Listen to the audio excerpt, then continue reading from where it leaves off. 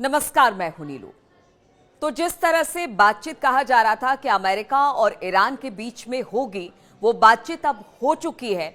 और इस बातचीत को लेकर जो मध्यस्थता की वो ओमान ने की। हालांकि देखिए, ट्रंप कह रहे थे कि किसी तरह की कोई मध्यस्थता नहीं होगी, लेकिन ईरान ने कहा था कि बिना मध्यस्थता के मेरे यानी कि ईरान और अमेरिका के बीच में कोई बातचीत नहीं होगी। अब ऐसे में मध्यस्थता ओमान ने की और इस बातचीत से क्या बातें निकलकर सामने आई है, किस तरह से बातचीत हुई है, बातचीत करने के लिए मयंक मेरे साथ जुड़ गए हैं। मयंक, जिस तरह से अमेरिका और ईरान के बीच में बातचीत हुई, मध्यस्थता ओमान ने की, इस बातचीत को हम किस तरीके से देखें? देखिए, ईरान और अमेरिका के बीच ओमान में जो बातचीत हुई न्यूक्लियर डील को लेकर, इस पे पूरी दुनिया की नज़रें थी और पहले दौर की बातचीत पूरी हो गई है। अब देखिए, इस बातचीत के बाद इंटरनेशनल मीडिया में या जो एक्सपर्ट्स हैं उनके बीच में जो चर्चाएं हैं, इनमें 5 बड़ी बातें निकल के सामने आ रही हैं। या अगर दूसरे शब्दों में हम कहें या मैं सीधा कहना चाहूं तो ये ईरान की 5 बड़ी जीत है। इसको ईरान की 5 बड़ी डिप्लोमेटिक जीत बताया जा रहा है। हम एक एक करके बात करते हैं।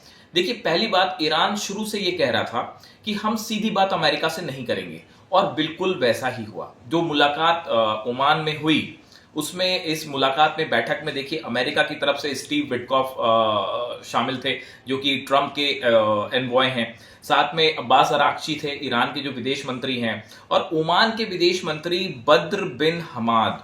इनकी सबसे अहम भूमिका हुई। बताया जा रहा है कि एक अलग कमरे में ये तीनों लोग मौजूद थे और कुछ ट्रांसलेटर मौजूद थे जिनके जरिए ये बात हुई है। तो ईरान देखिए शुरू से ये एम्फेसिस कर रहा था कि ये बातचीत एक मीडिएटर के जरिए होगी, और वैसा ही हुआ। ये ईरान की पहली बड़ी जीत है। दूसरी बड़ी जीत देखिए, लगातार ट्रंप एडमिनिस्ट्रेशन की तरफ से धमकियां आ रही थी कि अगर ईरान इस डील के लिए तैयार नहीं होता है या डील नहीं होती है तो हम ईरान पे हमला कर देंगे, ईरान पे ऐसा हमला होगा कि हमेशा याद रहेगा। लेकिन इस बातचीत के दौरान किसी भी इस तरह की धमकी या प्रेशर का इस्तेमाल नहीं किया गया। देखिए, ईरान की तरफ से यह भी कहा गया है और अमेरिका की तरफ से भी बात सामने आई है कि बेहद शांतिपूर्ण माहौल में यह बात हुई। ईरान के ऊपर किसी भी तरह की धमकी या हमले की बात इस टॉक्स में नहीं हुई है। ये ईरान की दूसरी बड़ी जीत है।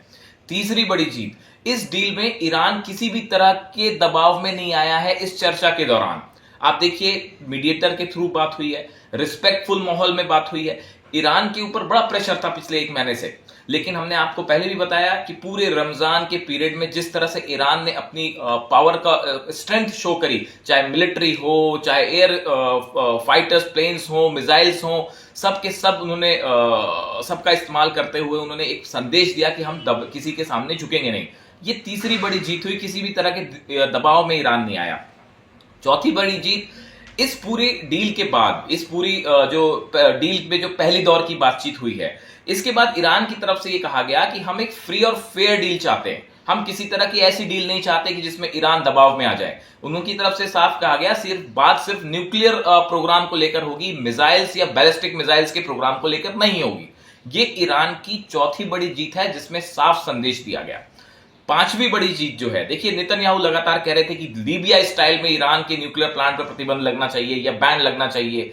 ऐसी कोई बात इस चर्चा के दौरान सामने नहीं आई है। और इस डील पे जो चर्चा हुई, पहले दौर की बातचीत हुई, उसके बाद यह कहा गया कि अब अगले दौर की बातचीत अगले शनिवार को होगी। लेकिन किस कंट्री में होगी ये अभी तय नहीं है। 1-2 दिन में नाम सामने आ जाएगा, लेकिन ओमान में नहीं होगी। तो देखिए, ये एक प्रकार से इंटरनेशनल मीडिया में या जो एक्सपर्ट्स बता रहे हैं, ये ईरान की 5 बड़ी जीत है। और इस बैठक को लेके ये माना जा रहा है कि आने वाले कुछ दिनों में ये जो टॉक्स है किस दिशा में आगे बढ़ती हैं, ये सामने आएगा। तो क्या आप जिस तरह से कह रहे हैं कि उम्मीदों भरी ये बातचीत थी और आगे आने वाले शनिवार को अब एक बार फिर से दूसरे दौर की बातचीत होगी, तो क्या हम इसे एक सकारात्मक बातचीत के तौर पर देख सकते हैं? देखिए, जहां तक ये सवाल है कि अब ये टॉक्स का आगे क्या होगा, क्या ईरान और अमेरिका के बीच में कोई न्यूक्लियर प्रोग्राम को लेकर समझौता हो पाएगा, ये ऐसे सवाल हैं जो बेहद उलझे हुए हैं। देखिए, इस बैठक के बाद जो बैठक हुई, इस बैठक में देखिए एक तो कई बड़ी स्पेसिफिक चीजें हैं। इस बैठक की ज्यादा तस्वीरें बाहर नहीं आई। जहां पे स्टीव विटकॉफ थे या अब्बास अराक्ची थे, जब आमने सामने थे, तो इसको लेके किसी तरह की तस्वीरें सामने नहीं आई हैं। और देखिए दूसरी एक बड़ी चीज ये है कि एक अलग कमरे में ये टॉक्स हुए, काफी सीक्रेटिव माहौल में इस पे चर्चा हुई है।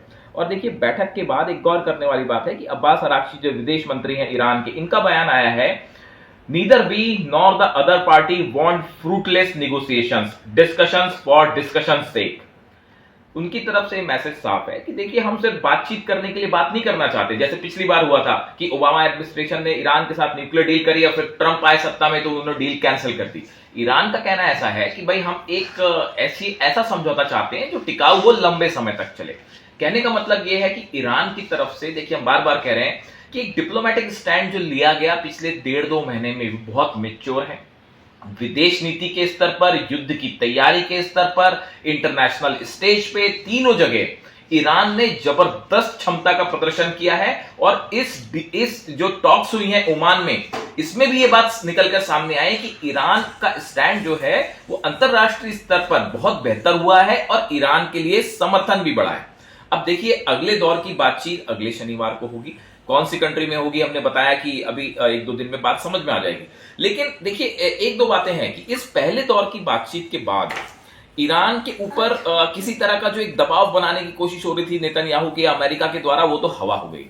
ईरान ने मैसेज दे दिया कि भाई हम किसी के दबाव में नहीं। अब दूसरी चीज यहां से ये भी बात साफ रखनी पड़ेगी कि किसी भी तरह की दबाव में आने के बाद ईरान को किसी तरह का दबाव डाल के कोई जबरदस्ती कोई डील नहीं करवाई जा सकती। ये एक बात ऐसी है जो इस पूरे न्यूक्लियर प्रोग्राम को लेकर कोई डील होती है उसका भविष्य तय करेगी।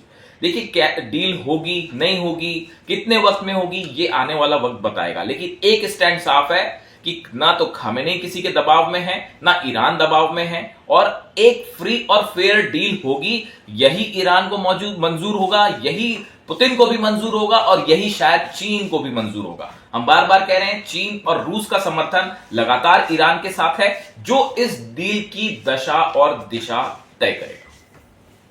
तो देखिए बातचीत हुई है और बातचीत के बाद कहा यह जा रहा है कि ये बातचीत सकारात्मक हुई है। हालांकि अगले शनिवार को एक बार फिर से ईरान और अमेरिका साथ में बैठेंगे। मध्यस्थता ओमान की तरफ से होगी, लेकिन किस देश में होगी, कहां होगी, इस बात की अब तक जानकारी नहीं दी गई है। अब देखना होगा क्या ये जो बातचीत है वो कुछ सकारात्मक तरीके से आगे बढ़ेगी। इस पर लगातार हमारी नजर बनी रहेगी।